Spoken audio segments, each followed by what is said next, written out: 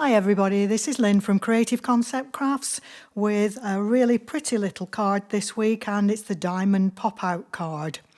As always, I've already cut everything out ready to go, and I've burnished all the score lines. It's like a W shape.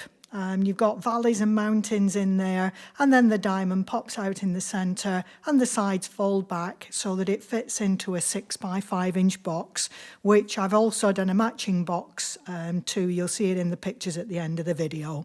So I've already done half of the card. So we're going to continue just matting and layering the other pieces. Like I said, I've gone round all the edges on the card and on all the matte pieces on the scoreboard to give me that nice beveled edge, which makes it really easy to match up when you're laying up the mats.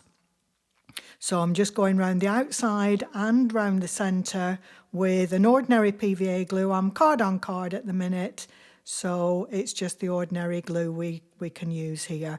I'm using a mixture here of Lidl is the white base cardstock, which is about a 270 gram.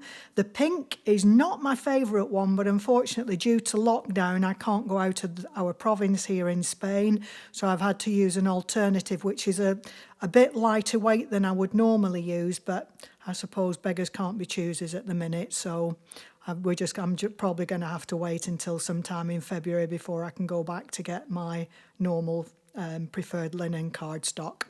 That one, the pink one, is about, I would say, a 130, 140. And then I've used the Hunky Dory Miri card on the top. If you get any glue or anything on the Miri, I find if you just rub your finger over it, it comes off pretty quickly. I'm just going to speed the video up now. I'm just completing layers on the card, burnishing on the wrong side once the card's been glued and attached. Make sure that the glue is housed down. So the last couple of pieces going on here. It's quite a simple card to do, is this, but it really does look so effective. And as always, I've put in plain matte, so you don't have to have the diamonds on. So if you wanted to change the occasion, you can do that too. There's a plain second matte. There's already two of the plain mattes on. The diamonds are plain matte anyway, because I'm going to be putting flowers over it. There's an alternative, there's an option in there for you. So the last piece going on. Just line everything up, tops and sides, and then burnished on the wrong side. So I've done sentiments as well. I could either glue these on or put them in on foam tape. I'm going to be creating another full bundle of vertical sentiments. Because on quite concept style cards, there's not an awful lot of space for putting greetings, and I find that some of the horizontal ones are covering up where you don't necessarily want to cover up. So I've decided to do a bundle of vertical ones. So they'll be coming up, I think, next week. I'm working on them now.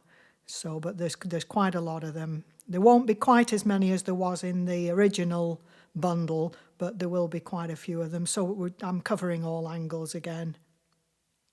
So I've actually glued this down. I could have put it on foam tape just to get it to sit up a little bit, but I haven't done.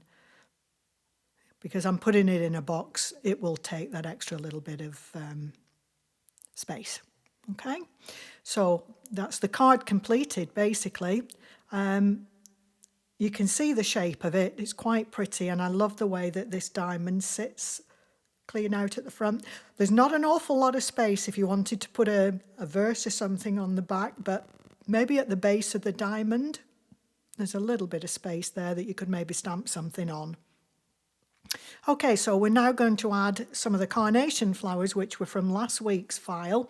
And I think I've used the first 4 sizes, the smaller 4 sizes on this card. I've used one sort of medium-sized flower, 1 is the second smallest, and then 3 of the smallest flowers. The small flowers use size 1 and 2 of the both the solid and the skeleton.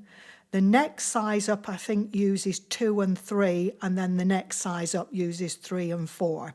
So they're going up bigger as the size of the flower goes up. Entirely up to you. There's 11 sizes in that collection, so there's plenty to choose from. And whether you use all solid, whether you use all skeleton or a mixture, which is what I've done here, it's entirely up to you. So many options and alternatives. Just tucking these flowers in, I'm adding them obviously with hot glue in the centre, and just tucking them in and pushing them in onto the diamond section. So that's just reminds me of a bridal bouquet, and that's what I just sort of positioned the flowers for the photograph last week, and that sparked the design of this card shape.